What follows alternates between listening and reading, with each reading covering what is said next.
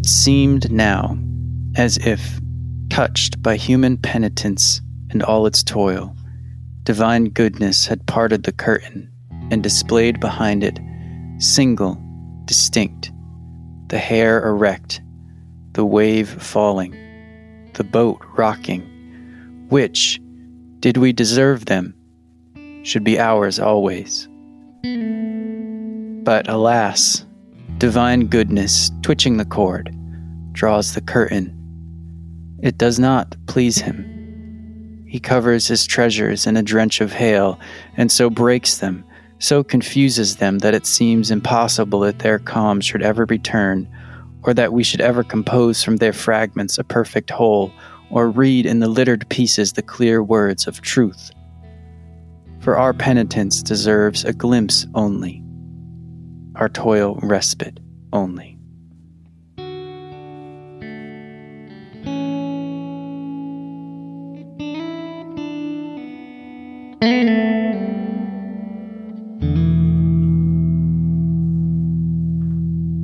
Hello and welcome to Raise a Glass, the podcast where we talk about the stories and storytellers that shaped us.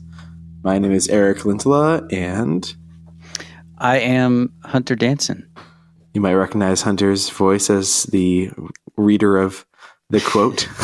Yes. If this is your first time listening to us here on Season 2 of Raise a Glass. Season 2. Woo! Double the raising, double the glass. We're both wearing glasses, so maybe I don't know. Anyways, so as is tradition here at Raise a Glass, before we dive into the story or storyteller that we'll be talking about, Hunter, I've got to know what's in your glass. I have some fresh Four Roses Kentucky Straight bourbon. This is the first pour. Virginia Woolf, who we're going to be talking about in this episode, I often compare to Scotch. This isn't Scotch, but it's whiskey. Because Virginia Woolf is strong. She's you can't take too much at one time. You got to savor it. That's how I approach reading her anyway. So Four Roses bourbon. What about you, Eric? If that's the first pour, what is it like?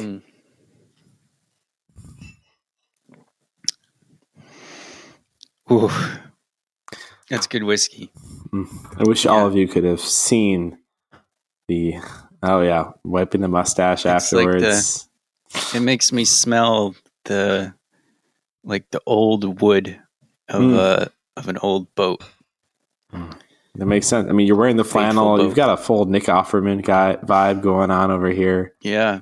For those of you who don't know, Hunter has an incredible ability to grow facial hair. It reminds me of Ryan Fitzpatrick a little bit, former football quarterback. But it's been a couple weeks since I've seen you, and I feel like you have twice as much hair on your face and head. I guess so, yeah. My secret is that I just don't really shave because I don't like to. So. I guess once you get past that awkward, itchy stage, then it's fine. And I have to thank my dad for passing on the beard growing ability. Yeah, I thank my dad for not passing that on. Or maybe I call him out on it. I don't know. But for me, in my glass, sadly, I didn't put this in China, which I feel like would have been very appropriate to this book. But I am drinking out of a newly bestowed Christmas gift, which, as I look at it, actually has 4 roses on it. Nope, 5. Ooh, yeah, none of that. Right. 4, 6 roses. Yeah, which makes it 1.5 times as cool as your bourbon. That only has 4. I'm drinking black chai. Nice. First sip of that out of this really, really hot. It's going to be a very small sip.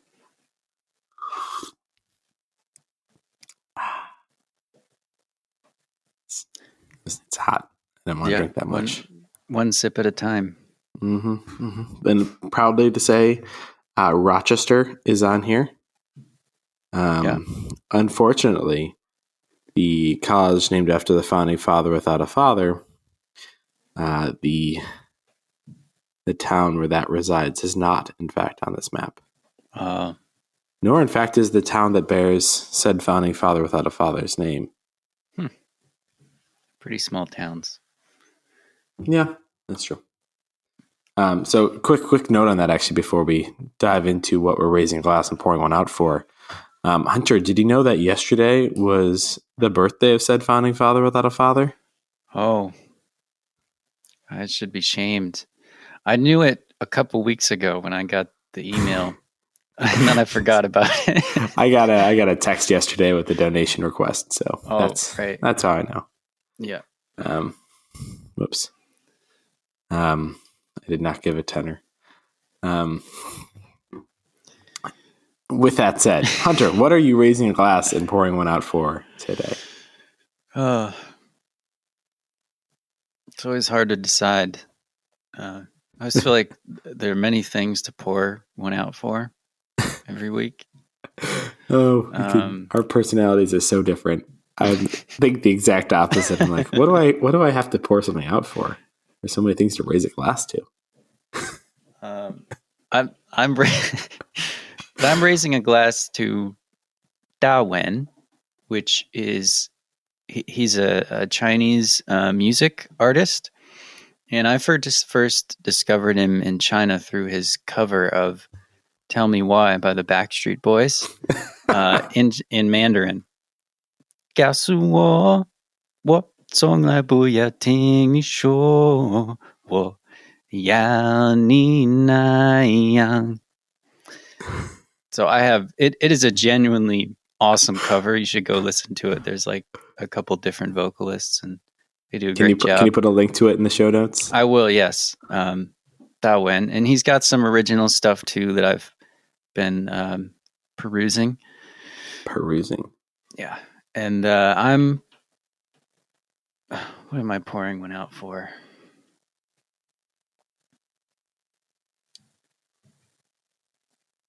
Oh, I know. I'm pouring one out for consumerism.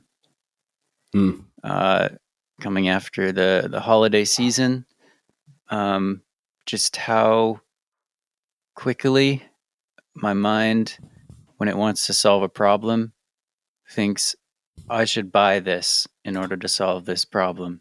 Yeah. Even if it's a problem like, oh, I need to have less clutter in my house. Let me buy some kind of organizer or shelf to, deal with all of the stuff that I've bought and been marketed. And how we define the problem defines our solution. Yeah.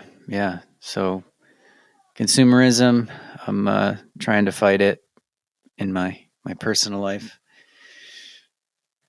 I got to figure that out before I try and do anything more. But what are you raising a glass or pour one out for?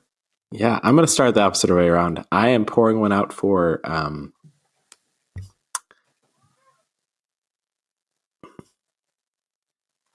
don't know the right way. Bland sausage. Have you ever eaten like sausage that just like tastes bad and like makes your stomach like queasy? Yeah. I'm not. I had some of that today. There were only a few pieces of it on this piece of pizza, and the pizza was delicious, but the sausage was just not supreme. That was a joke because it was a supreme pizza. And I feel like I've run into that problem. Not regularly, but with pizza places more often than others. Like I like sausage, but I don't like there's a sausage place. There's a pizza place in Chicago that is continually in the top 2 or 3 pizza places. And when I ate there, there's the sausage pizza is kind of like one of the things they're known for, and it just was not. Yeah, my stomach's feeling like a little off even as I talk about it. So that's what I'm pouring one out for. Clearly not that important of a thing. But I am raising a glass today to the power of prayer. And the reason I'm raising a glass today is we were recording this 10 days after Damar Hamlin, a Buffalo Bills safety, he died on the football field during a Monday Night Football game. He hit a receiver and fell to the ground. His heart stopped. And he was resuscitated on the field, brought to a medical facility in Cincinnati, and like breathing tube, comatose, or there was hearing from medical professionals like there was not the expectation that he would live, let alone if he gained consciousness, be able to have all of his cognitive ability, let alone be able to move, let alone be able to play football again. Right. And I was very emotional all of last week, praying and thinking, and there was people throughout the entire world. I mean, millions of people praying for Damar Hamlin. And earlier this week, he was, I think it was Wednesday, he woke up. He was able to communicate through writing. He was then released from the ICU and brought from Cincinnati to Buffalo this week. And yesterday, he was released from the hospital in Buffalo. Wow. Or it was before then, maybe even. Like in like less than 10 days, this man went from dying in front of millions of viewers to walking out of the hospital. And I don't understand any other way that could have happened outside of prayer. And like, yes, medical, obviously I don't think God and science are opposites. Right. I think we've talked about that, and I will never make that argument. And it also just flaunts in the face of all of what should have happened or could have happened. And I think if there had been less people praying and less prayers, that I don't think he would be alive and walking. And I just, that means so much to me. And we can maybe in a future episode talk about sports and talk about football and, whether that should be a sport that continues and all these things. But I've just been moved to tears multiple times by the power of prayer, especially in the last week and a half. And what an incredible thing in a country that has continually moved further and further away from organized religion, from faith, many would argue, even from spirituality at times, for the world and like the NFL community to be gathered together in prayer, because there's a realization that when we can't do anything, we can still pray. And other people will say they can hope. But in my view, hope is passive. And I think prayer is active, because I believe God responds to it. So that's what I'm raising a glass to. Just been amazed by what's happened this past couple weeks. All right. So Hunter, you have brought the book to us today. Would you like to share a little bit about it? Yeah. And maybe a little bit of a summary of what it is and why you brought it? Yeah. So I brought To the Lighthouse by Virginia Woolf. It was published in 1927. And this is a book that I read for love, because it was my wife's favorite book at the time that we were dating. So I read it. Didn't really give it a proper read until after college, actually. But Virginia Woolf is like I said, she is like a strong scotch or a whiskey, something that you can't, you have to take it seriously. And that sounds incredibly pretentious. And I'm aware of that sort of idea of literature and um, the kind of pretension that some people have about it. But Virginia Woolf is worth it in my opinion. She is one of the I believe one of the greatest writers of the English language. She weaves metaphors throughout her writing, uh, and it's hard reading. You can't really read it fast. Um, yeah, That's true. it you have to take your time, and even for someone who has read a lot, and even for someone who has tried to write, for me it's challenging reading. I have to sometimes flip back a few pages, because you have to follow the thread. But it is really rewarding reading because if you follow her, she will take you deeper into her characters, into the human soul than almost anyone that I have ever read. Um, and she has some of the most beautiful language in English that I have ever read. That excerpt at the beginning was one example. And Virginia Woolf also, if you're still kind of put off of the literature vibe, she she I think is popular now as like a woman's writer because she was writing a long time ago and she was a woman, and while she was published and while she did become fairly well known for her work, she never received a formal education, like I mean, like a secondary education. She didn't go to college. All of her brothers did, but her family did not send her to college. So she, I think, is primarily kind of like a self-taught writer and reader. And I think it lends her writing. She has a real fierceness.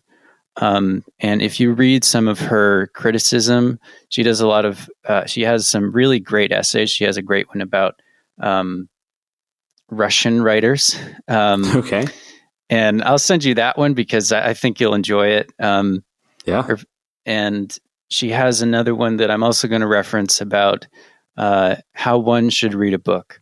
Yes, we need to talk about that.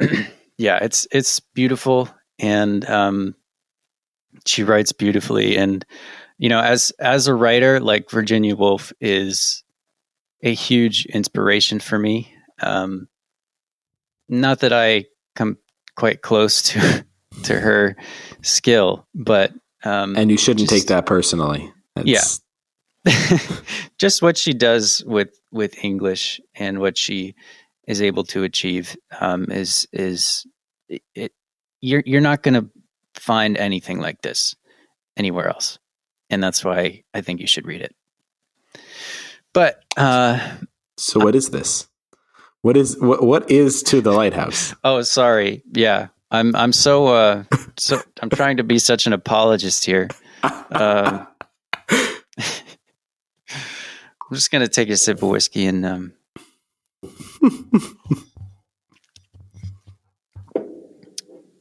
pause. To the Lighthouse is a unfolding story of a family's lives, the Ramseys, and the people that wash up around the Ramseys and the people that gather around them. There's Lily Briscoe, who is she paints, and there's Charles Tansley, who's kind of a poor man bringing himself up by the bootstraps to go to college. Mr. Ramsey himself is a philosopher, and he has 8 children. And so they're not a rich family, but Mrs. Ramsey is kind of like the the light in this family. She illuminates everybody. And Virginia Woolf goes really deep into her characters' psyches, and much of the book is their thoughts and their impressions and their experience. It's not really a plot. The only plot is really at some point they're going to take a boat to the lighthouse. Which you're not actually sure if that's going to happen throughout most of this book. Yeah. So it's not something that you read for the plot. It's more the experience of these characters' lives and the way that Virginia Woolf represents it in her prose. Okay. If I could add just small addition to it. 2/3 of this book happens over the course of one day. Right. Yeah. And then, well, more than 2/3 probably. And then the last third happens over the course of a few days, years later. Yeah. A few days and then one day, years later. Yeah. Someone will say something and then there'll be, 2 or 3 paragraphs of how those words made the character feel and how other people feel about it and what's going on in their souls. If you're ever looking to read a book that is third person omniscient, this is the book for you. You get almost every single character's views on almost every single thing at almost every single moment. Yeah. And to the Lighthouse is a book that is difficult to describe in an attractive way because the way that, especially because of the way that we think about reading now, the biggest books that are sold today that sell the most are thrillers, usually plot driven, like young adult fiction, romance novels, fantasy to a certain extent. They're all mostly plot driven, and that's the way that we kind of think about it. But writing can do so much more than that and do different things. And this is something that is very different. It's full of conflict, and yet it is full of conflict averse characters. Yeah. Or minus a couple. So I'm curious to know, Eric, what was your experience reading this book? How do you feel about To the Lighthouse? Let me start by saying that we were going to discuss this book in the first season of this podcast, but my attempts to procure a written copy of this book, were thwarted and slowed down. And so it is now the first of this second season. And I think it's an appropriate start to the second season of this podcast because it is very unlike anything we talked about in the first season. It is similar in that it is by an incredible author. And I the entire time I read this book, I knew I was reading a brilliant work of literature. I never had a doubt in my mind. I did not enjoy reading this book until almost the very end of it. Had you not said we are talking about this on this podcast, I would not have finished this book. That would have been to my loss, because it is, I would say, the last fifth of this book that gives meaning to the majority of it. And that was my experience of it. I felt like there was a moment, which I will talk about a little bit later. I don't want to spoil that moment yet, but I will spoil it in this episode. We are not a spoiler-free podcast. Let's just clear that out. Yeah, and it's not really a book that suffers from being spoiled either. I was wondering if what you think about that. Okay. I'm glad I read it.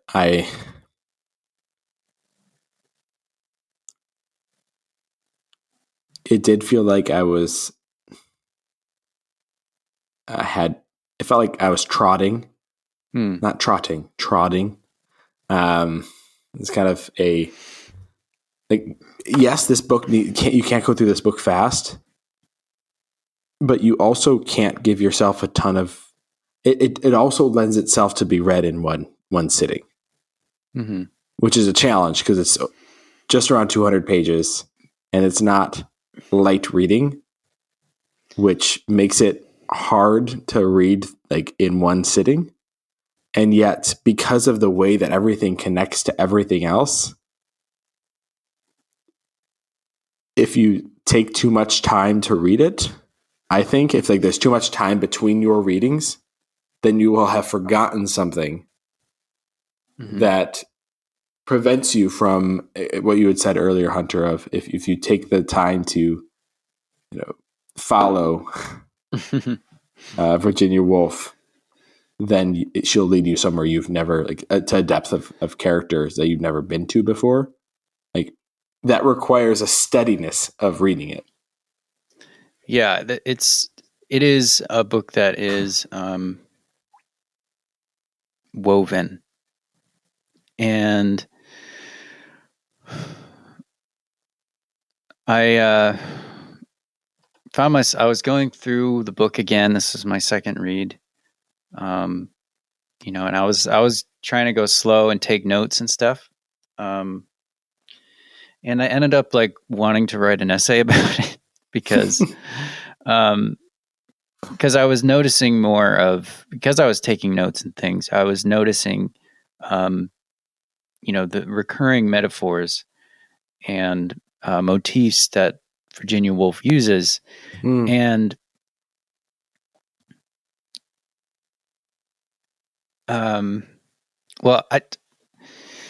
there's two places we could go. Because one thing that's on my mind is, it's just under 200 pages. But something I've been thinking about over break is the Wheel of Time, actually, because one of my friends mentioned that he said he's not that far into it. He said, I'm not that far into it. I'm only on book 6. And, on our last podcast, I mentioned something about the Dark One being the bad guy. And you're like, oh, he's really not the bad guy. And I'm like, Eric, I've read 3 600-page books. I'm just curious what you think about how we experience the length of a book, like how long a book feels. Yeah, that's a great question. I was describing Brandon Sanderson, who finished Wheel of Time, but didn't start it. And so I'm going to talk about Brandon Sanderson, not Robert Jordan, because I love Robert Jordan way more. I like Brandon Sanderson a lot. Reading Brandon Sanderson, Mistborn, Stormlight Archives, one of his many other books, is like eating candy, I think. Or eating some type of delicious, not necessarily unhealthy, but probably not that healthy meal. I use Doritos as a metaphor all the time. Okay. Yeah. You eat one, you eat the entire bag. Yeah. And then you might have a little bit of a stomach ache, but it's, eventually you're going to go to the next bag of Doritos and you're going to eat the whole thing as fast as you can. It will consume you. And to a certain extent, the first time I read Wheel of Time, it took me 4 or 5 years, but each book took me 2 or 3 weeks to read, or less, because I'd start and I'd finish. And these are 600, 800 pages books. These are not and so, and Virginia Woolf, it's like eating a 7-course meal where if you don't have the time to if you don't have the time to finish the meal, you shouldn't start the meal because you're still going to be hungry after the second course. And it's going to take another 3 or 4 hours, even though you can see the food waiting for you. Yeah. And so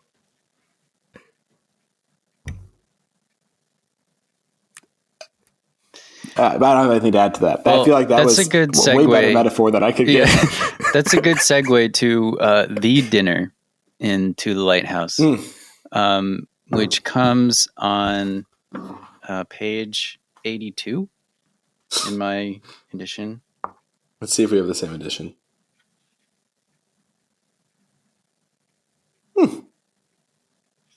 It becomes on that page of mine as well. Oh, nice. Or at least at that point, they are eating dinner. Yeah, it's chapter 17. Chapter 17 is when they finally sit down to dinner. Do we have the same edition? It's a different cover. You're holding up the back. I'm holding up the front. Yeah. I like yours a lot better than mine. Yeah, this one's better. It still doesn't much really better picture. Capture it, though. I feel like I'd want to see Lily Briscoe's painting as the cover. Sure, yeah. That to me would be the most beautiful cover. Have that little bit of purple. Yeah. Represents Mrs. Ramsey and James. Right, yeah. So, Hunter, we've described that this is not a book like that's plot driven. And so I apologize for the question that I'm asked, because I'm sure that the question I'm asked is mired in views of plot-driven books. Would you consider the dinner scene the climax of the story?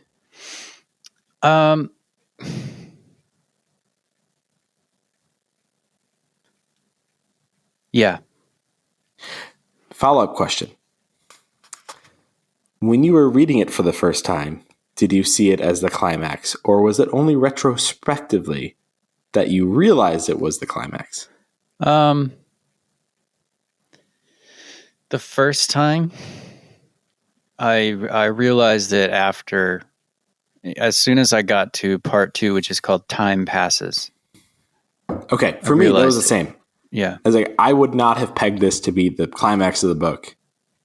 And I did not while I was reading it. And I actually didn't even think about it until you brought it up. And I was like, oh, the dinner is probably the climax of this book. Yeah. So the dinner, the second time around, I really tried to give it a much more intentional read. And this is what I mean about Virginia Woolf being really rewarding. Because she goes so deep into all of her characters in the beginning, introducing them.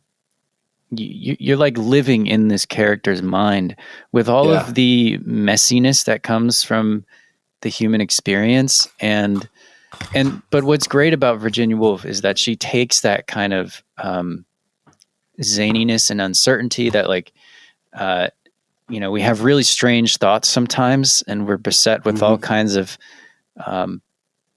weird emotions and ups and downs.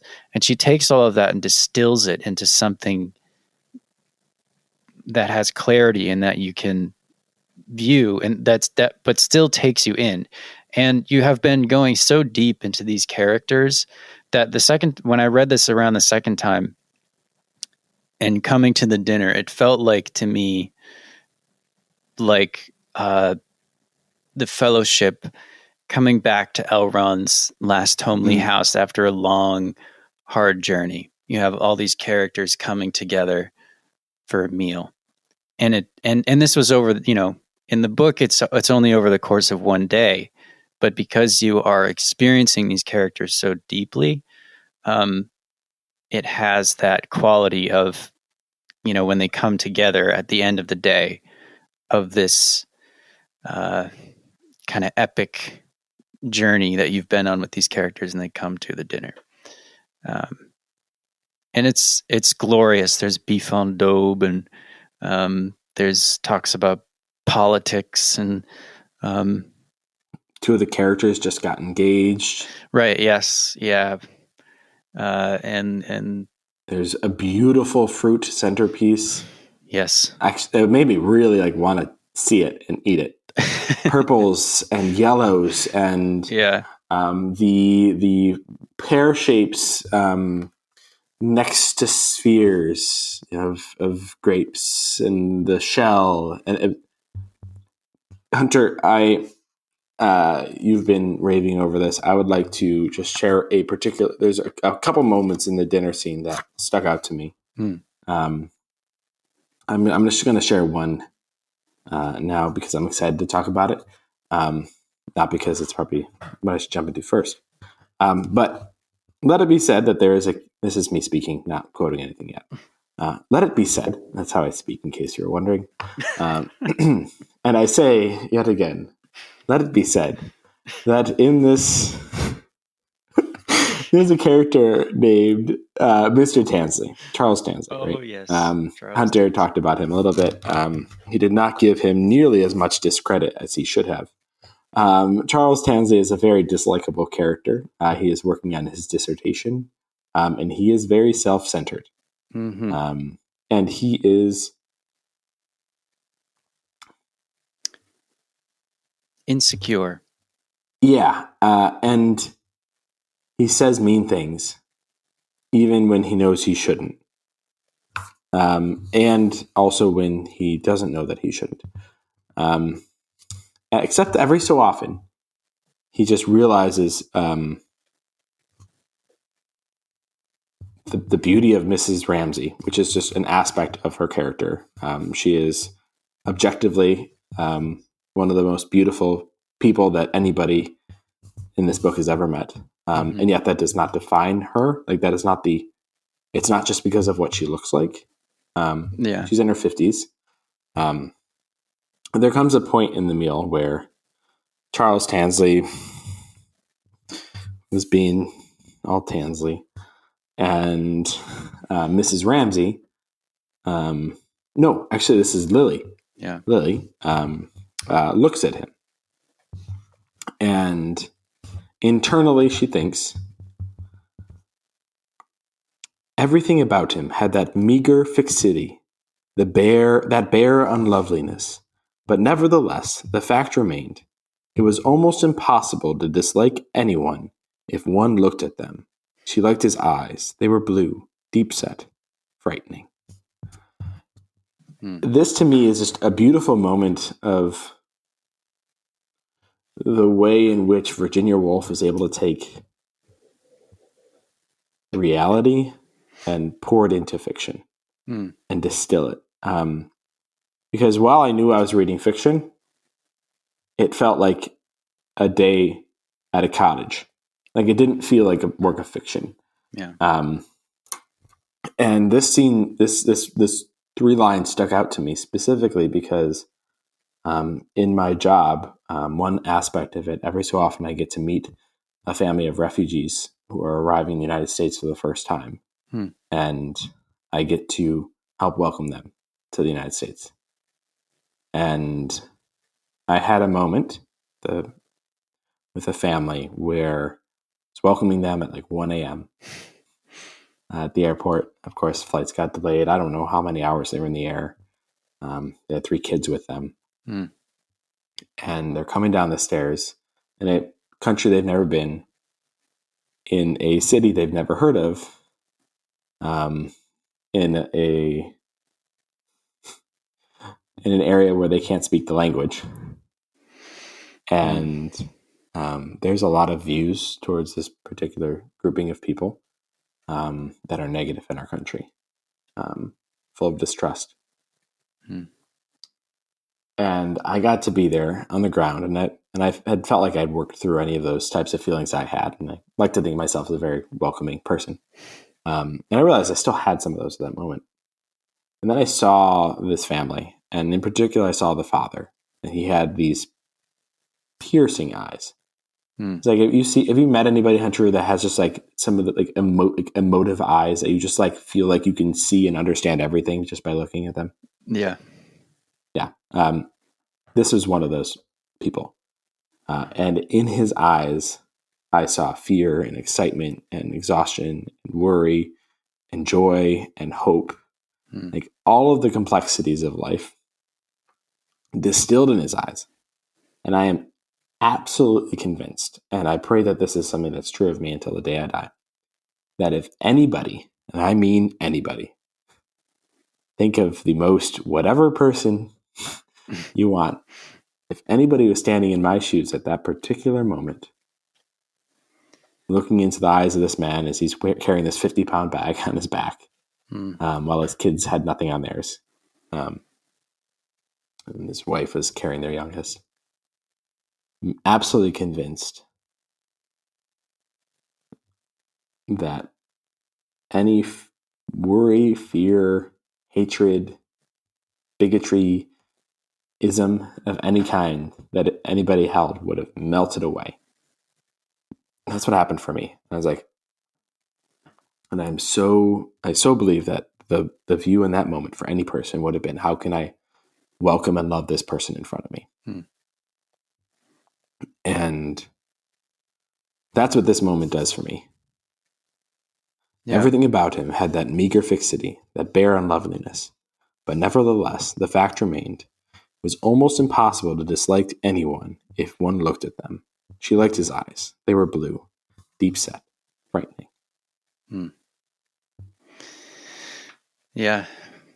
And Charles Tansley is the one who's always telling Lily Briscoe that women can't paint and can't write. Even as Lily is trying to paint. And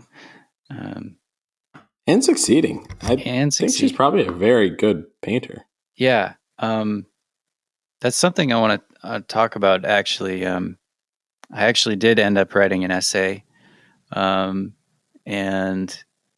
I based it on this phrase that I noticed when I was reading, where the first time that I think I could find it was in page 84, where it's right around the one that you just shared. It's during dinner. And, well, actually, she was looking at William Banks. And William Banks he's a widower. Lily says, he is not in the least pitiable. He has his work, Lily said to herself. And then she remembered all of a sudden, as if she had found a treasure, that she had her work. In a flash, she saw her picture and thought, yes, I shall put the tree further in the middle. Yes. Then I shall avoid that awkward space. That's what I shall do. That's what has been puzzling me. She took up the salt cellar and put it down again on a flower and pattern in the tablecloth, so as to remind herself to move the tree. And then moving the tree to the middle is mentioned again on page 86. Yeah, she shares it a few times.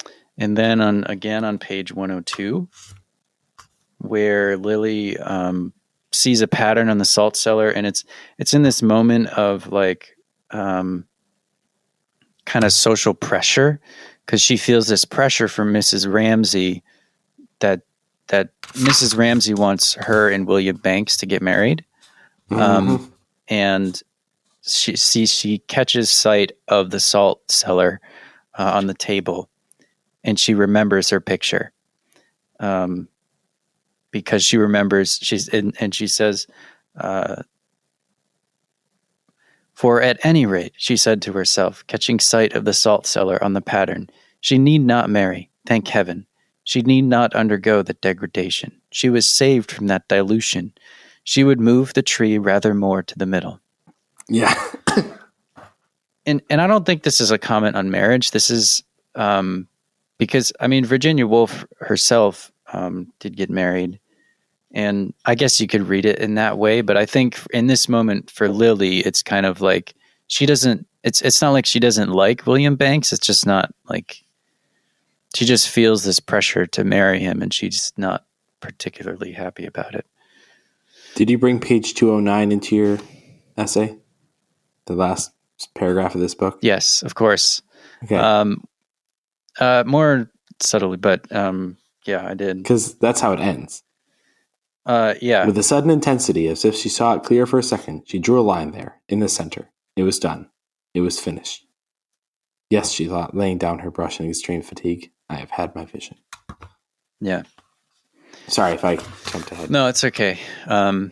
There's another mention on page 147 of moving the tree to the middle, but this is an example of like the way that Virginia Woolf weaves metaphors, and I believe this is technically an idiom, right? Something that has two meanings. Phrase that has two meanings is an idiom. Yes. Yeah, so this is an idiom, but she does it with metaphors and with just words, and it is so subtle the way that she does it, and so well done, and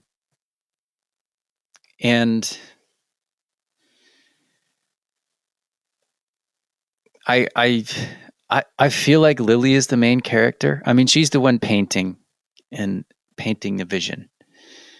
This is another question for you. Did you feel like that when you first read this book? Or was it only retroactively? No, I retrospectively. Did. Really? Yeah, when I first read this book, I sent you my Goodreads review from like 2017 or something like that, where I identified Lily with Virginia Woolf, and where she says at the end, there it was, her picture. Yes, with all its greens and blues, its lines running up and across, its attempt at something. It would be hung in the attics, she thought. It would be destroyed. But what did that matter? She asked herself. I gotta be honest, I was really sad that she didn't then add, it would be rolled up and put under her couch. Because that's what she says multiple other times, and I was just really hoping that... Yeah. But I felt at the end when she says, I have had my vision, that was also Virginia Woolf saying, I have had my vision about To the Lighthouse, because that's what it felt like to me. It was like a vision. So it took me until like the very last, 40, 30, 20, 40 pages that it's like, oh, I think Lily's the primary character. I don't think I thought that in the first part of this book. But yes, you wrote. Please talk more about your essay before I'm going to derail us to talk more about the dinner. I don't want to say too much about it. I mean, I'll put it in the show notes so you can go read it. It came out of just my love for Virginia Woolf and what she means to me as a writer. And I also reading a essay that she wrote. Yes, let's talk about that. Yeah. So I sent this to you. Did you have a chance to browse it? I read the quotes you shared with me. Yeah. And actually, I would like to say that part of the reason I chose not to read your essay or your Goodreads, which you've also both sent to me, was due to the first major quote you said to me. Okay. Do you understand why? Let me see. What was the first quote I sent? Yeah, but how, we may ask, are we to decide any of these questions about the book? Is it good? Is it bad? How good is it? How bad is it? Not much help can be looked for from outside. Critics abound. Criticisms pullulate. But minds differ too much to admit of close correspondence in matters of detail. And nothing is more disastrous than to crush one's own foot into another person's shoe. Mm-hmm. I could just keep reading it. You'll have to stop me. I mean, one of the major pieces of this, what I took as one of the major parts of these quotes, or at least the first one, was that you should spend your time figuring out what you think about a thing and about a book and in your own thoughts, and then compare that to the thoughts of different thinkers, different other critics, so that you can combat them and aren't shaped by them. Because this was a really cool thing. And then she shares, there they hang in the wardrobe of our mind, these books. The shapes of the books we have read, as we hung them up and put them away when we had done with them. If we have just read Clarissa Harlow, for example, let us see how it shows up against the shape of Anna Karenina. At once the outlines of the two books are cut out against each other, as a house with its chimneys bristling and its gables sloping is cut out against a harvest moon. Right, this idea that we also experience books at different points of our lives, and they have different shapes for each of us. Yeah. And if we like something, that doesn't to be said that it is likable or that it's dislikable. Yeah. That's where the quote about sticking cramming your foot into somebody else's shoe. Yeah.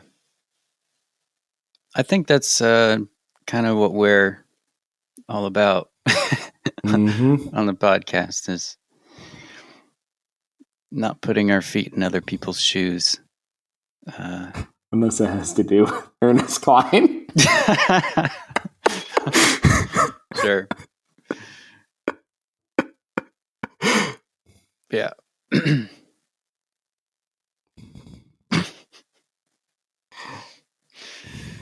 But so then, to sum up the different points we have reached in this essay, have we found any answer to our question, how we should read a book? How should we read a book? Clearly, no answer that will do for everyone, but perhaps a few suggestions. Yeah. And the essay, her essay ends with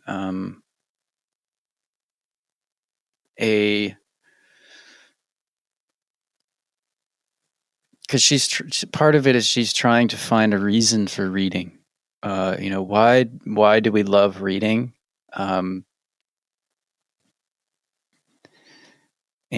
why, what kinds of books do we want to read? And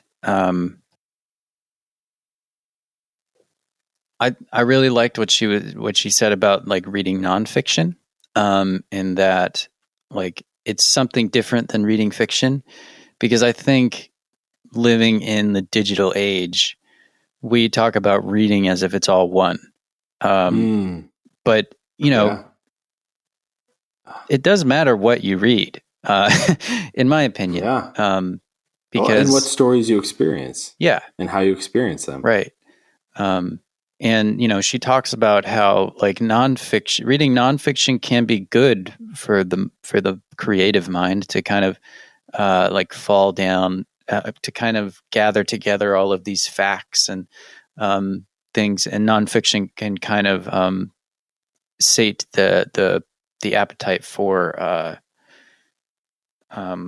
writing fiction. Like reading fiction makes you want to write. Reading nonfiction makes you want to write fiction, to kind of try and make sense of it all, or make something of it.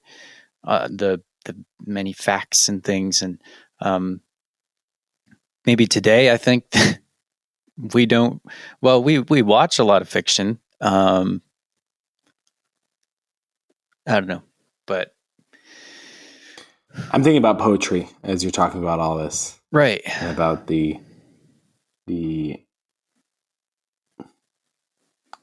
loss of poetry, and people don't read poetry. Yeah, I think they do. It's just not very lucrative to release a book of poetry. I think that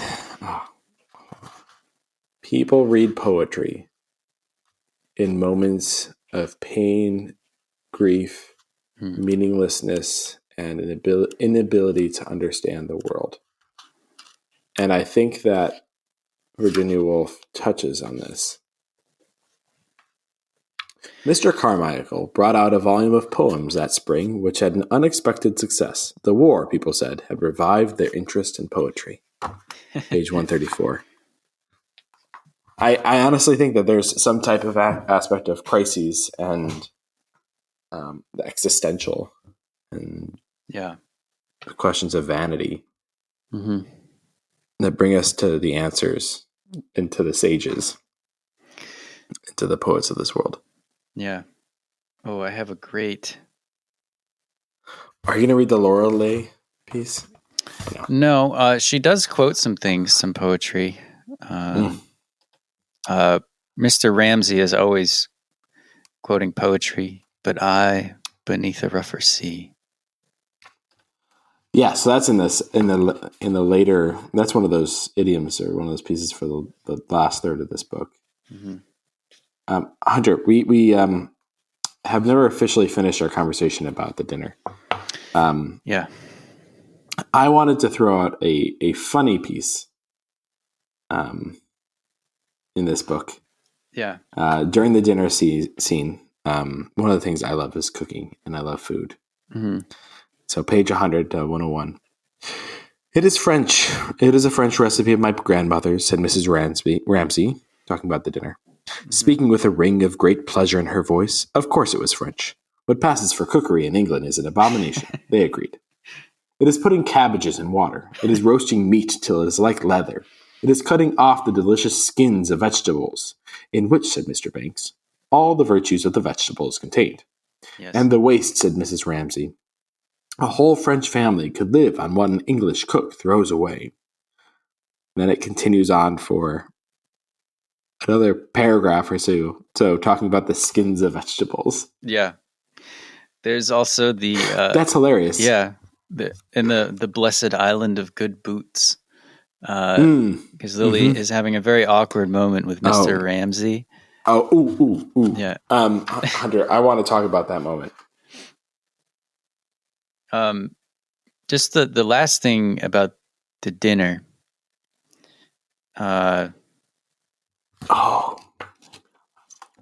Is what comes after the dinner. Can we? Yes, but there is a moment where it's Paul marries Minta. Right in the last frame of the dinner. That I think is from Mrs. Ramsay's viewpoint. With Minta. It was necessary now to carry everything a step further. With her foot on the threshold as she waited a moment longer in a scene which was vanishing even as she looked, and then as she moved and took Minta's arm and left the room, it changed. It shaped itself differently.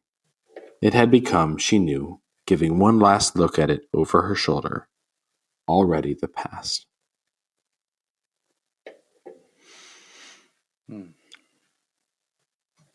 I don't think I understood the meaning of that line. I don't think one could understand that in a first read until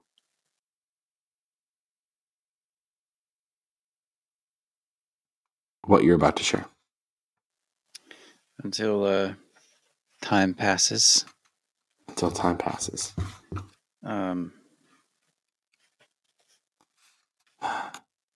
So this is it's a short part, but this is I don't know if the right term is the denouement of the climax, the coming down, right? But it's labeled Time Passes and Time Passes. The narrator is fully omniscient and poetic, and it gives kind of a meaning, trying to piece together the meaning of these people's lives. Years and years pass, decades pass in, just a few pages. And in this part, the world's, shakes itself down to sleep. The lighthouse, but the lighthouse is always revolving and kind of illuminating the house through the years. And if the dinner is a climax of all of these characters coming together, time passes is what happens when they all go their own ways. And the effect that coming together at the Ramseys has on them. You find out what happens to Paul and Minta later on. Yeah. Can we just share a couple logistical pieces? Yeah. When they all come together, they live in London most of the year. Mm-hmm. They then come to their cottage in the summers, and the cottage is on the Isle of Skye, I'm pretty sure, which is in Scotland. At least that's what I remember it saying. And if it's not there, it's somewhere very remote. And it doesn't say specifically. Okay. There is, I think. For whatever reason in my mind, I associate it with the Isle of Skye. Who knows why? But when they leave, and I think it's ultimately 10 years pass. I was trying to do the math. Till the end of the book. They're not at the cottage. So the things that are happening outside the cottage. And that's the logistical piece I wanted to say. I apologize for interrupting. Yeah. No, that makes sense. I could see how that would be confusing. And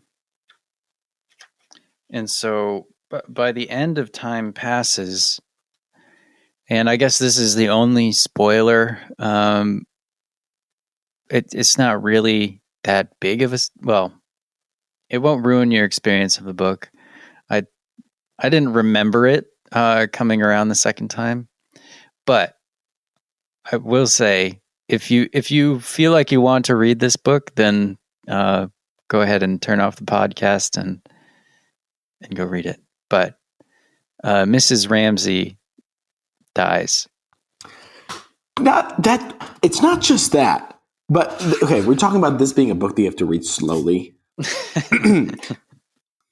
Mrs. Ramsey's death, along with the death of Prue and the death of Andrew, and the quote I read about Mr. Carmichael's thing selling, are all in brackets, thrown at the end of paragraphs. Like I was reading, and I was trying to push through, and then I just was kind of reading through, and then I did a double take and reread this. Mr. Ramsey, stumbling along a passage one dark morning, stretched his arms out, but Mrs. Ramsey, having died rather suddenly the night before, his arms, though stretched out, remained empty. What? I'm sorry, what? I wrote that. You can see that. Yeah. What? And then what? 2 pages later? 4 pages later.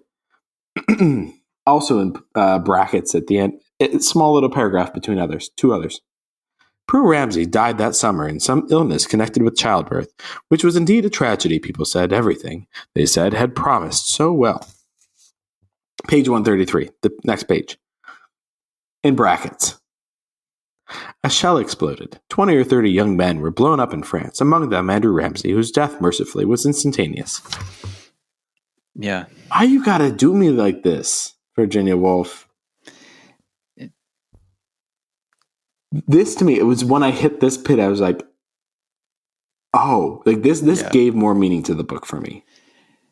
Because then the rest of the book is, at least for there's a little bit that talks about, tiny bit, I think, that talks about Prue, a little bit that talks about Andrew, but the rest is like people dealing with the grief of losing Mrs. Ramsey.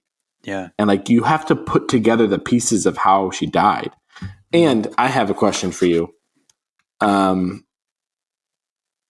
Because I am legitimately wondering, Hunter, and because I can't believe this is the case.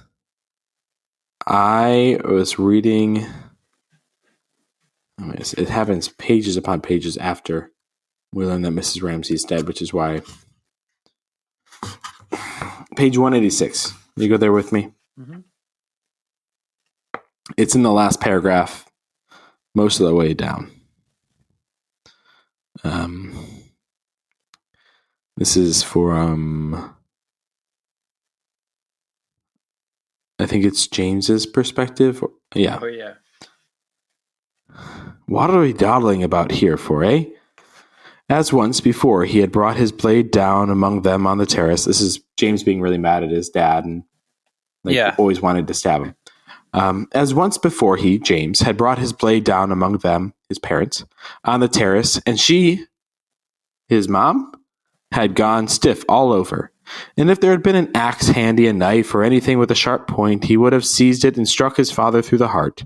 She had gone stiff all over, and then, her arm slackening, so that he felt she listened to him no longer, she had risen somehow and gone away and left him there, impotent, ridiculous, sitting on the floor, grasping a pair of scissors. Did he kill his mom?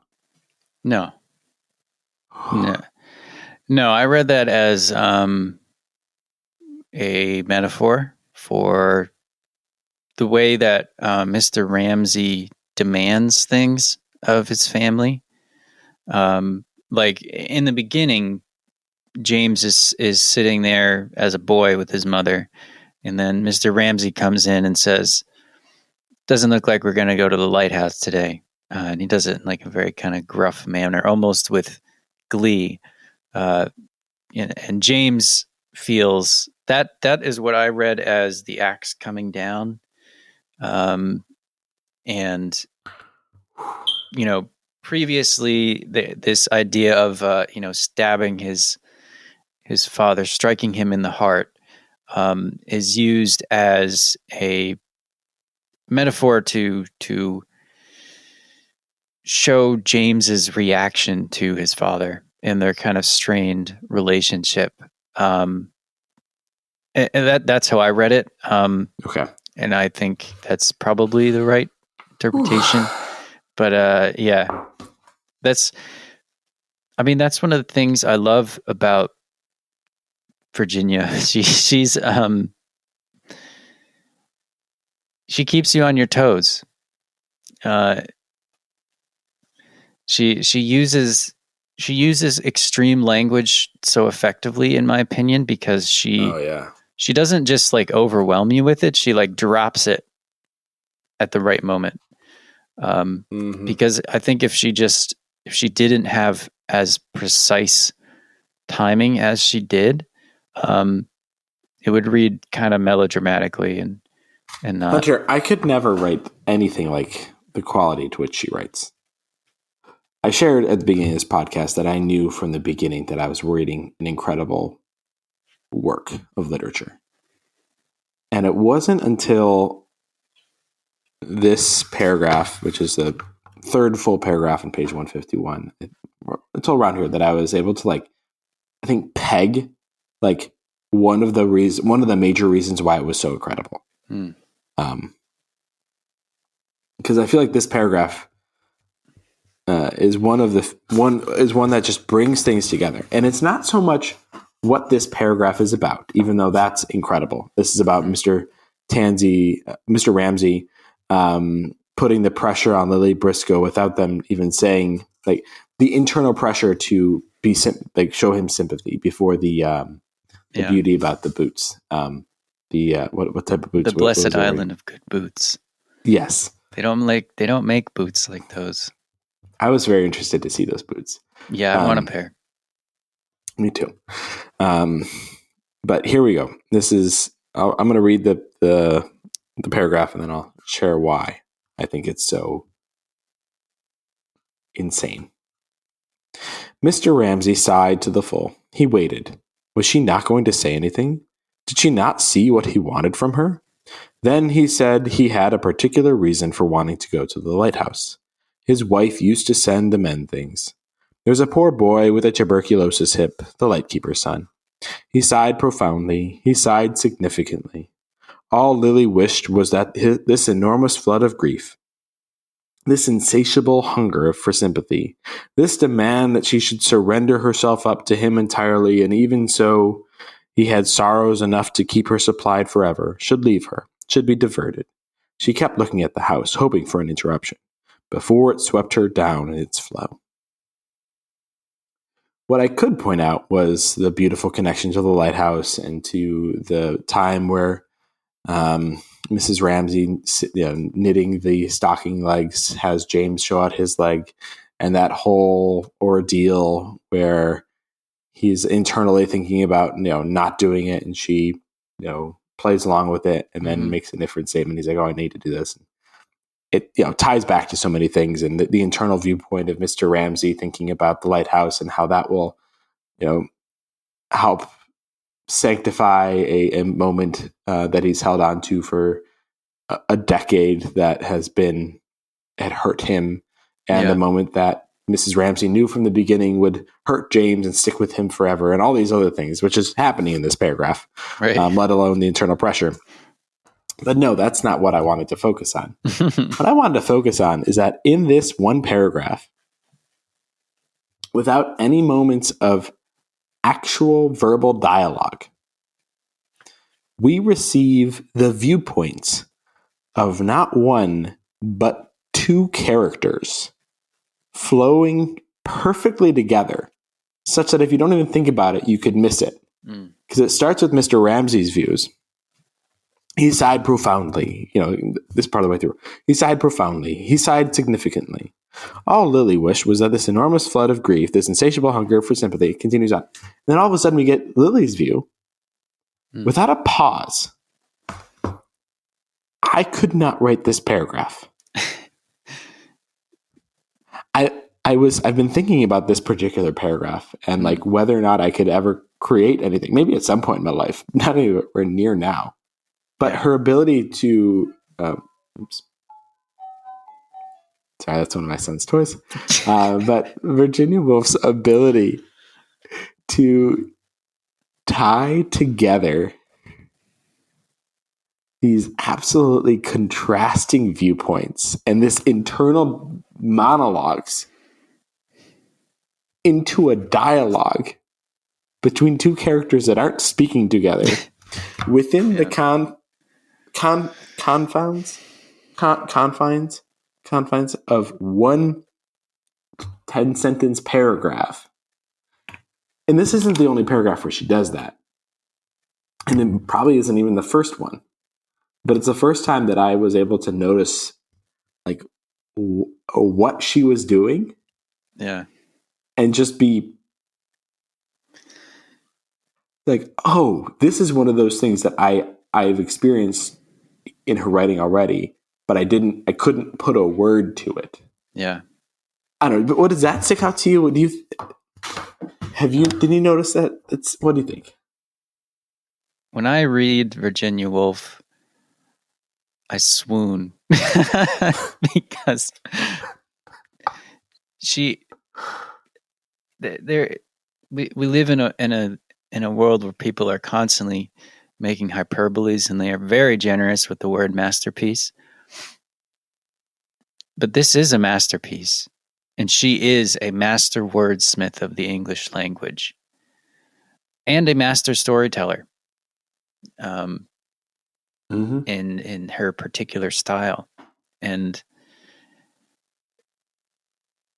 it is...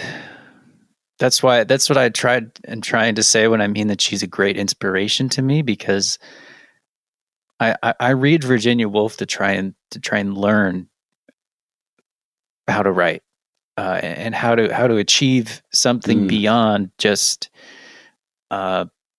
using a book as a vehicle for a plot, characters to get a screenplay. Yeah. and it's This would be a very quiet movie. oh yeah, there was this awful movie. I shouldn't call it awful, but I watched it a long time. I don't remember it. It's based on the Hours, which was based on Mrs. Dalloway, which is one of her other famous books. I hated the movie. Like, why would you want to turn this into a movie? Like, this is like prose and fiction, like I, I almost Mhm. perfected. Like not This book yeah. made me want It's to go to buy a cottage and live there over the summers without any technology, yeah. and like have a library where I sat and read and then paced around the grounds outside, back Mm, and forth, back yeah. and forth, back and forth. Uh, And for that's like no, I'd like to it it, share. it Sorry, I'd like to share a quote from Virginia Woolf about reading uh, great authors. She says, "It is by reason of this masterliness of theirs, this uncompromising idiosyncrasy, that great writers often require us to make heroic efforts in order to read them rightly. They bend us and break us. To go from Jane Austen to Hardy, from Peacock to Trollope, from Scott to Meredith, from Richardson to Kipling, is to be wrenched and distorted, thrown this way and then that. For these difficult and inaccessible books, with all their preliminary harshness, often yield the richest fruits in the end. And so curiously is the brain compounded that while tracts of literature repel at one season, they are appetizing and essential at another."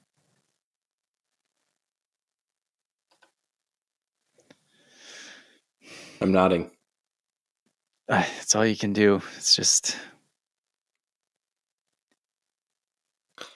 Mm.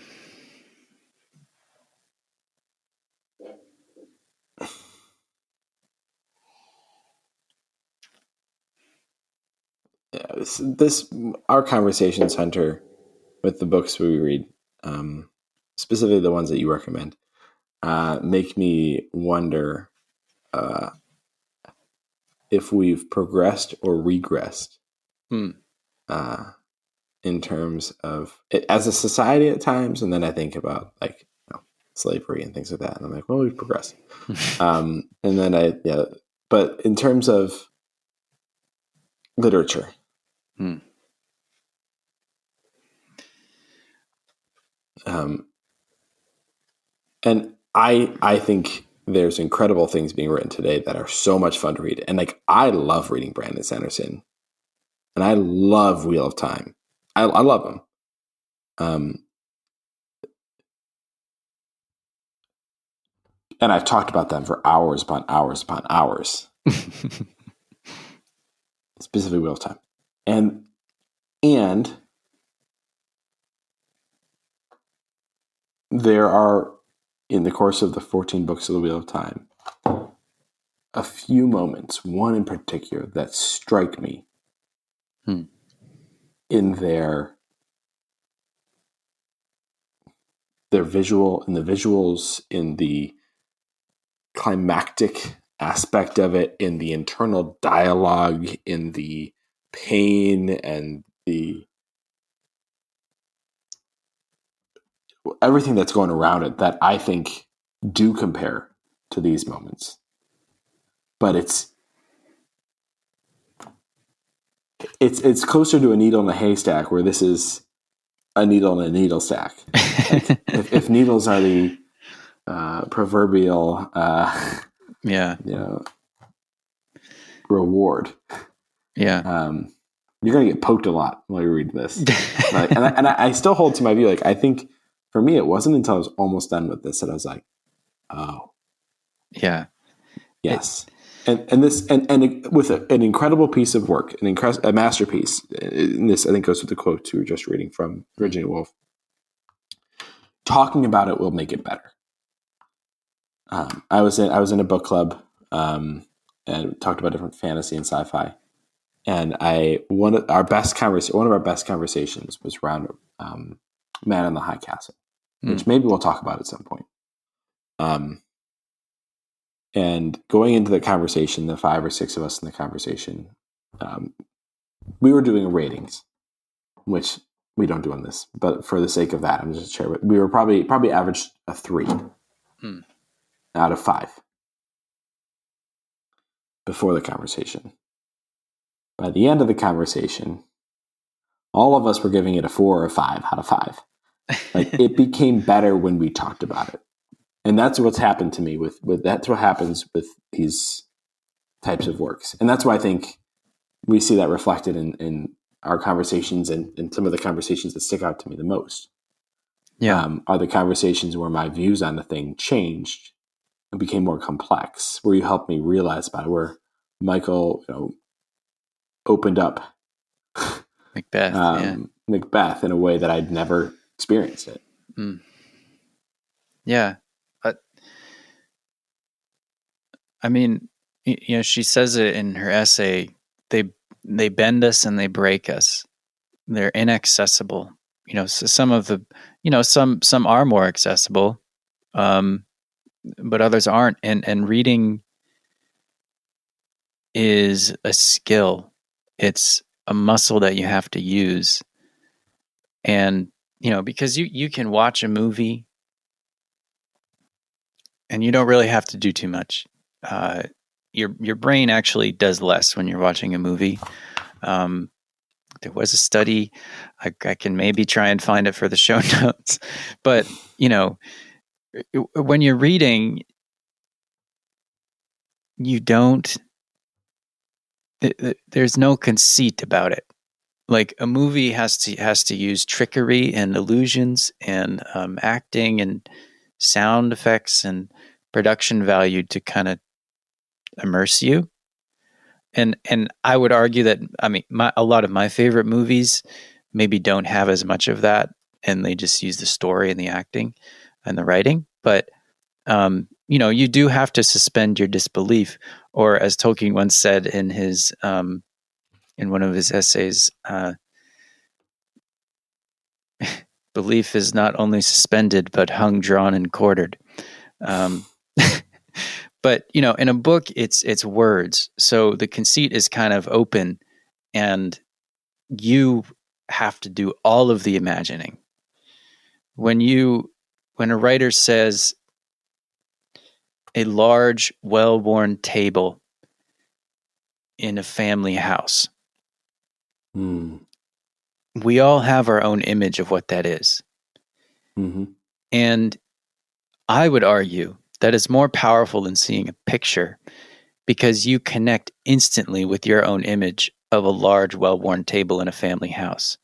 And that's just, a maybe not the best example that I could come up with off the top of my head, but reading is something that you have to practice, and especially with a book like To the Lighthouse, it requires a lot of effort, but it can reward you. And I think that's what talking about it can do. That's why we have, classes. That's why colleges are in the format, have classes on literature in the format that they are. And yeah, I would compare it to, did you read or watch Harry Potter first?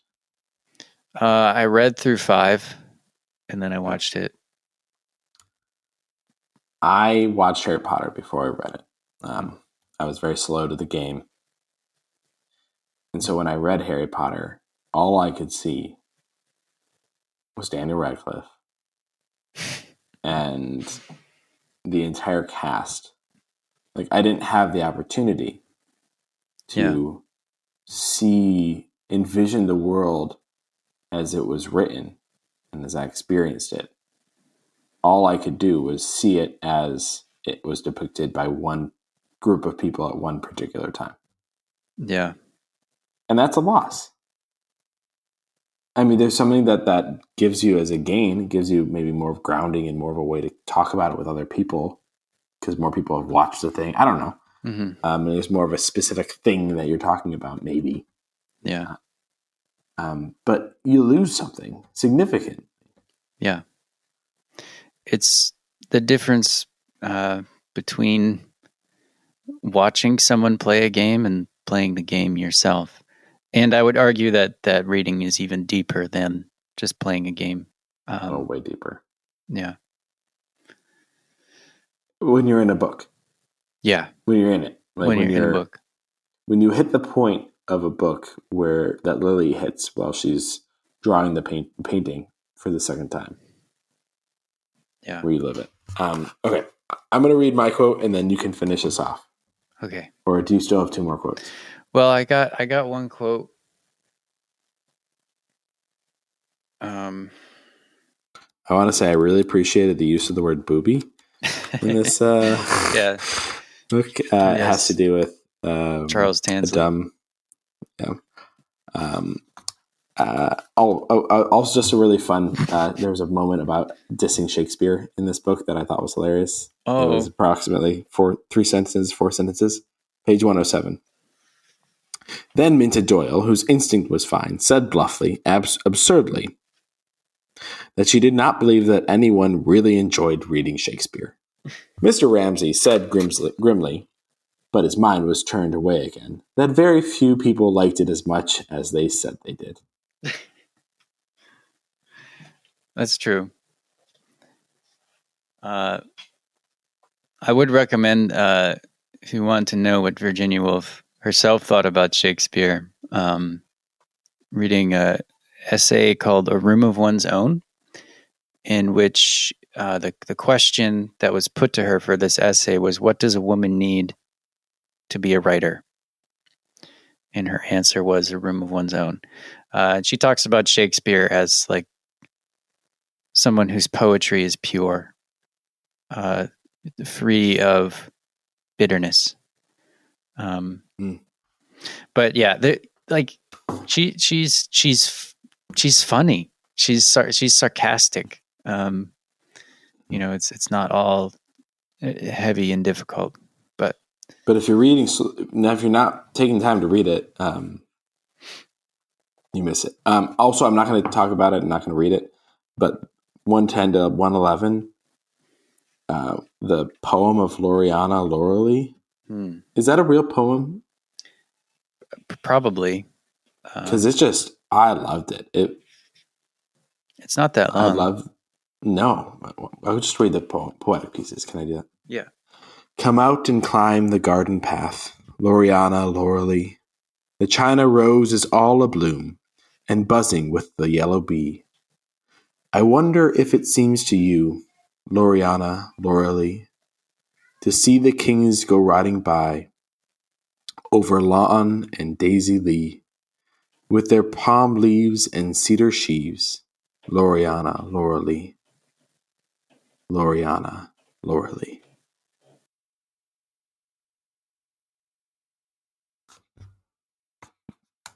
Come on. Somebody going to tell me that poetry is not good? Yeah. No, it's just beautiful language.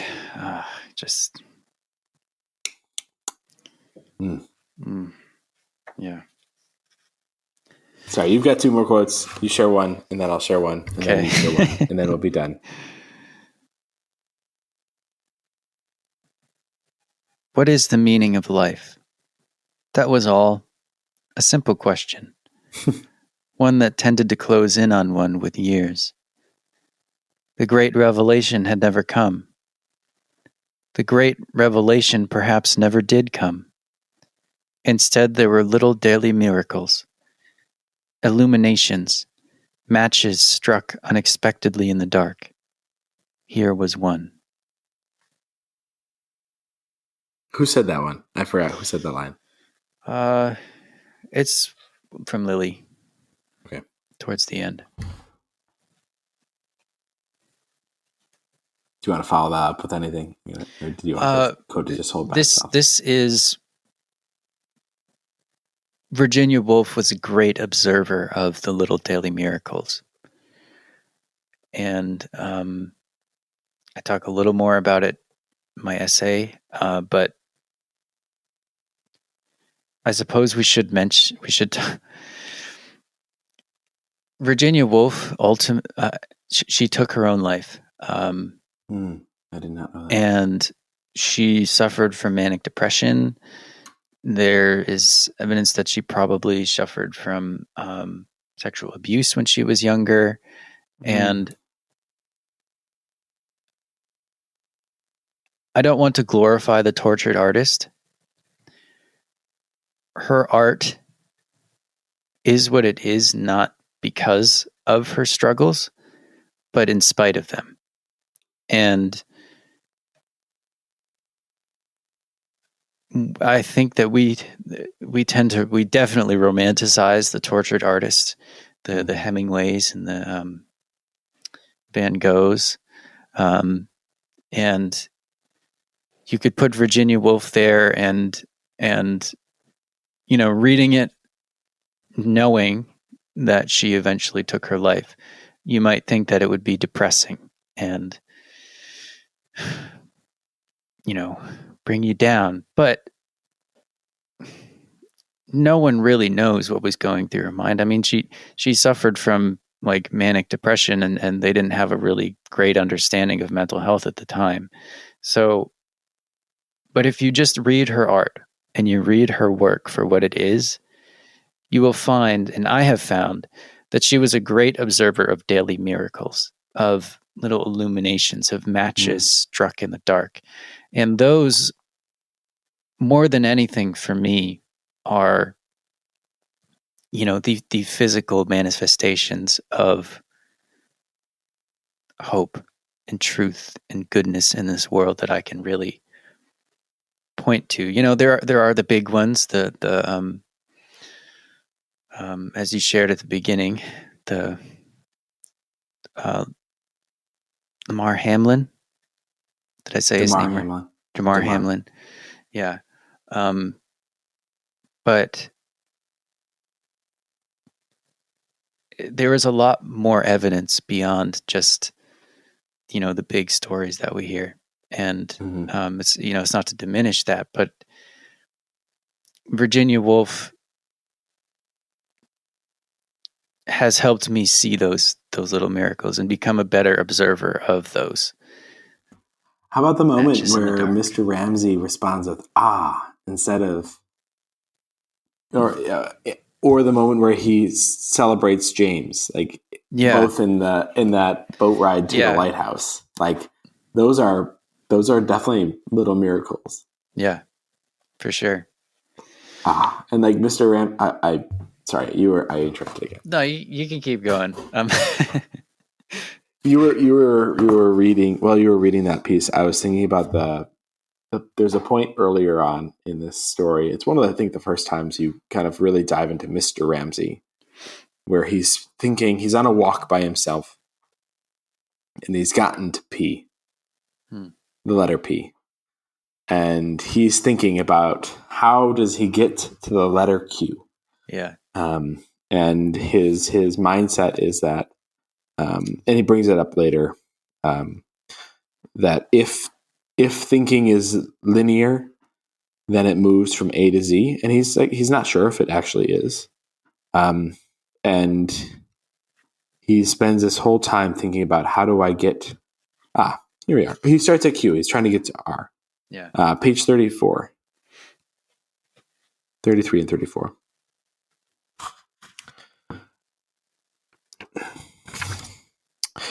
They needed his protection. He gave it to them. But after Q, what comes next? After Q, there are a number of letters, the last of which is scarcely visible to mortal eyes, but glimmers red in the distance. Z is only reached once by one man in a generation. Still, if he could reach R, it would be something. Here at least was Q. He dug his heels in at Q. Q he was sure of. Q he could demonstrate. If Q, then is QR. Here he knocked his pipe out with 2 or 3 resonant taps on the handle of the urn and proceeded. Then R. He braced himself. He clenched himself. It continues on.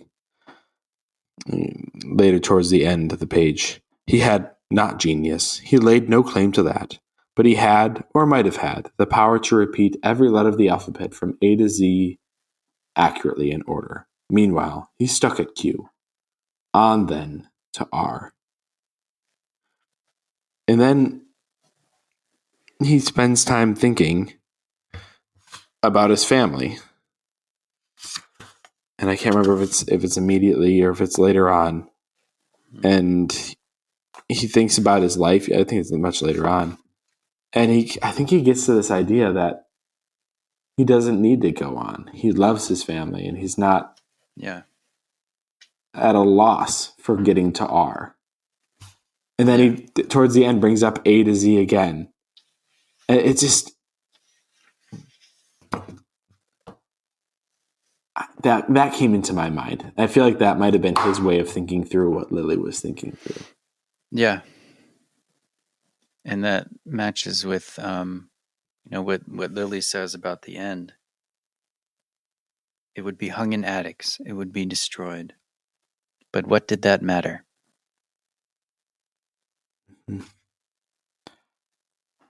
Okay, here's the quote I wanted to share. Page 138 and 139. This is from the third section. This is still in the time passes section, I think. In this time passes section, we are given the viewpoint of Mrs. McNabb. No, Mrs. Best. Mrs. McNabb? I can't remember. Yes. Yeah. And I love it. I couldn't let this episode end without talking a little bit about her viewpoint. Because it's her, she's the caretaker of the cottage. Yeah. Especially when the family's gone. And so they send her money once a year or once a month, and she goes and cleans it up. And over the course of the war, which I'm pretty sure is World War One, 10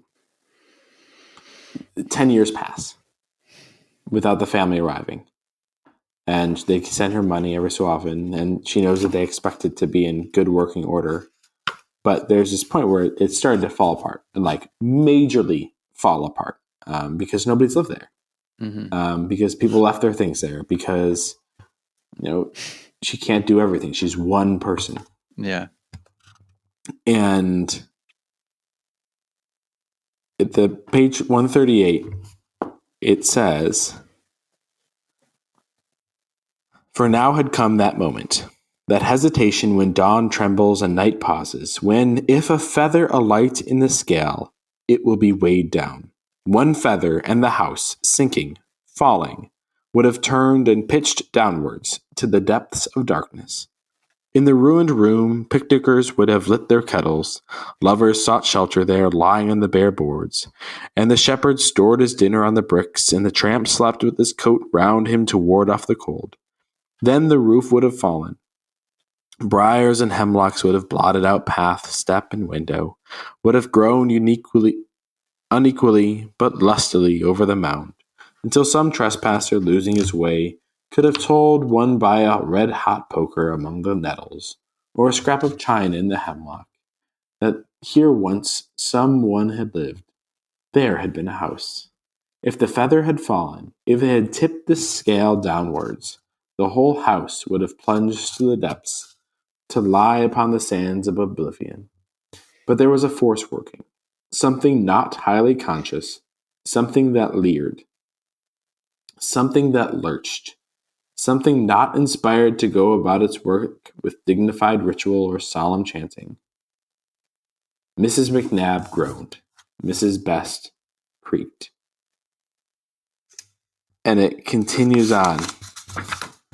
And continues on. And I just found it such a beautiful moment. And I love old houses. I love working on and I hope to do that throughout the rest of my life. And I have an old house. An old house that was around when this book was written. Not too much before, from 1920. this idea of a feather falling, right? We think about a feather falling and tipping the scales in a cartoon, and all of a sudden everything getting destroyed. Like, what a beautiful way, an intricate way, and descriptive and understandable, and course 6 of the 7-course meal, or course 6 of the 9-course meal. Yeah. Where you have this character that is kind of in the book, is not in the book beforehand, even though we don't have her viewpoint beforehand. But she's like, you'll learn retroactively she was there. Like, whose viewpoint, like, who is not intelligent, who's not poetic, who's not, any of the things that Mrs. Ramsay is. Yeah. And she, along with the help of a few other people, like, bring life to this death.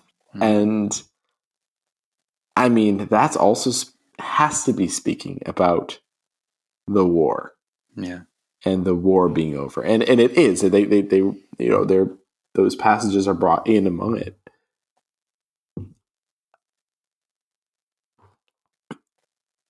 That's a passage that makes me feel warm. Yeah. Even as it's about to get sad, because the family's coming back, and this is where you learn it's about 10 years later, like, without Mrs. Ramsay, without Andrew, without Prue. You learn without Paul and Minta, because they got some weird going on in their marriage. Yeah. And yet this moment, like, enables that to happen. It that just happens constantly throughout the book. It's just all these different moments and phrases that speak to you, and it's so rereadable. Like, I could read this again right now and get different things from it. If you're ever in college or in a class and you're reading this book and you didn't have time to finish it before the class, you could just bring up a random page and a random paragraph. Yeah.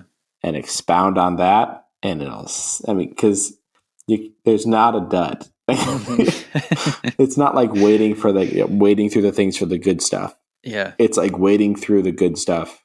But, like, if you don't put in the effort, you won't get anything. If you want a book that'll give you something without you having to do that much work, this is not the book. Yeah.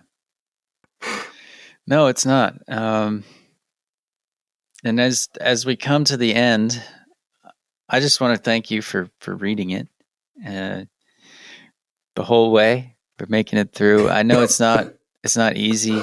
I always, I love Virginia Woolf so much that I want to share them with people, but I know that it's hard reading, and I feel like it's not very popular now to read hard things.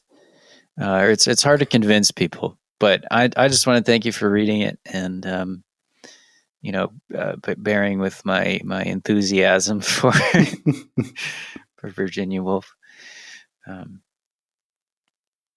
I loved reading it. I thank you for bringing it to us. Well, for example, I loved it once I had read it, and we talked about it. Yeah. And so I will end with this final quote. This is on page 171.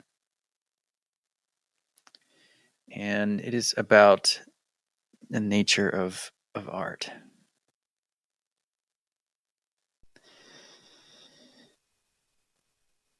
Is it a boat? Is it a cork?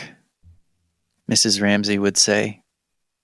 And Lily repeated, turning back reluctantly again to her canvas. Heaven be praised for it. The problem of space remained, she thought, taking up her brush again. It glared at her. The whole mass of the picture was poised upon that weight. Beautiful and bright it should be on the surface, feathery and evanescent, one color melting into another like the colors on a butterfly's wing. But beneath the fabric, must be clamped together with bolts of iron. It was to be a thing you could ruffle with your breath, and a thing you could not dislodge with a team of horses.